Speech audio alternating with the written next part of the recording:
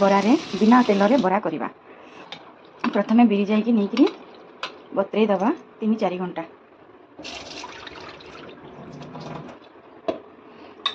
बिना तेल रे सुंदर बरा हम।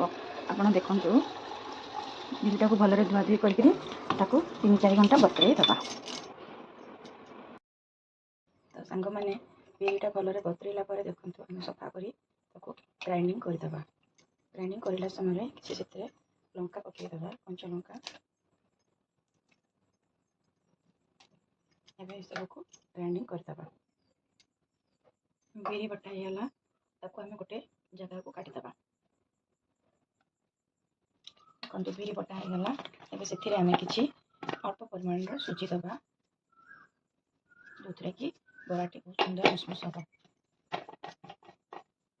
लुण दबा,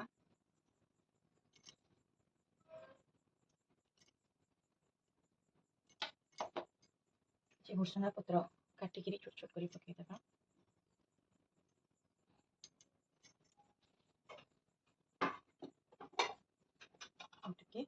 आउटे गोटा जीरा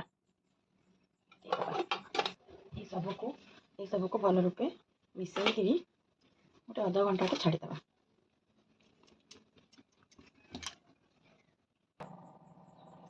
तबे आम टे दही नहीं जावा, दही रे पानी पकईदे टे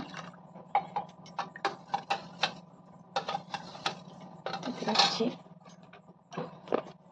लुण देदेबा,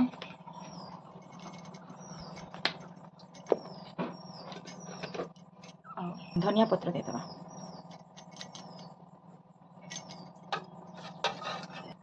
आ कि धनिया पत्र ये बिरी बटा अच्छे से देदेबा। देकर आउे भल मिसईदे बिरीटा।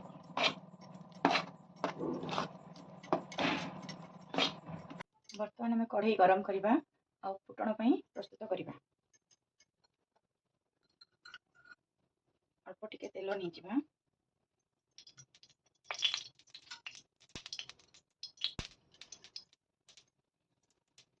सोरिष, हिंगु, भुसुंगा पत्र पकईदे फुटण। आ गोटे कंचा लंका काटिक देदेबा फुटण भल।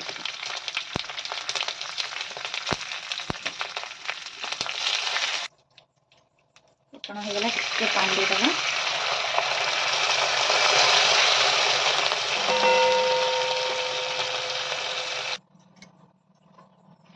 ये जो दही और धनिया पत्र आम रेडी कर रखुचे से फुटणटा देदेबा।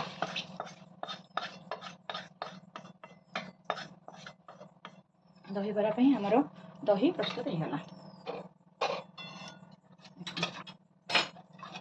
वर्तमान गोटे ये पैन नवा, यहाँ को कहते आपे पैन, जो थे कि अल्प परिमाणर तेल खाली लगे आमर बरा सुंदर बाहर।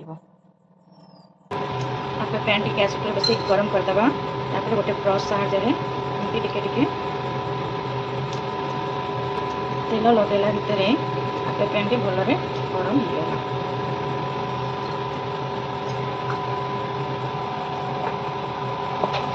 बर्तमान गैस को स्लो करके आम बरा पकेवा।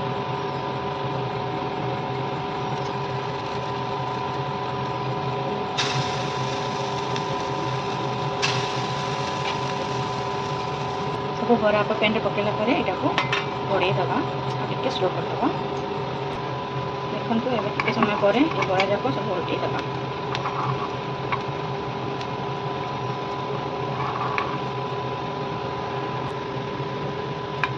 देखो एमती सब उल्टे दबा।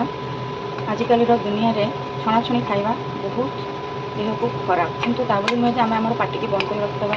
मनुष्य तो समस्त की इच्छा हम खावाई, तो किसी सैक्रिफाइस करवा, छाणी न छाणिकी आमती बनवा कम तेल रे बहुत सुंदर रे नरम नरम बरा रेडी हो अल्प समय ताको आपण सेमती सॉस सहित चटनी सहित खाई पारे कि दही में पकईकरी दही बरा आकार में खाई पारे।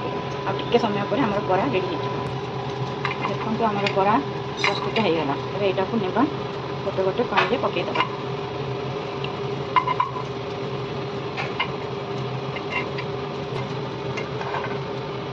किसी समय पानी में पकईकि रखिला चिंपुड़ी काढ़ी पुणी दही में पकईबा। देखु आम बरा को पानी में पकईले ଏବେ ସୁନ୍ଦର ସେ ବରା ଫୁଲି ଯାଇଛି। ତାକୁ ପାଣିରୁ ଚିମ୍ପୁଡ଼ିକିରି ଏମିତି ଚିପି ଚିପି କାଢ଼ିଦେବା। କାଢ଼ିକିରି ଏପଟେ ଦହି ପ୍ରସ୍ତୁତ କରିଥିବା ସେଥିରେ ପକାଇଦେବା।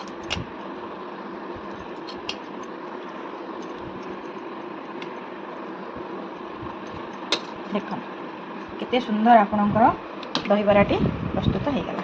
କିଛି ସମୟ ତାକୁ ଦହିରେ ଭେଦିବାକୁ ଦିଅନ୍ତୁ।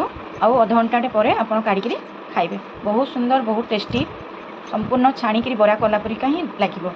ସେଥିପାଇଁ ଆପଣ ଘରେ ସୁନ୍ଦର କରନ୍ତୁ ଆଉ ଖାଇକିରି ଏନ୍ଜୟ କରନ୍ତୁ। ଧନ୍ୟବାଦ।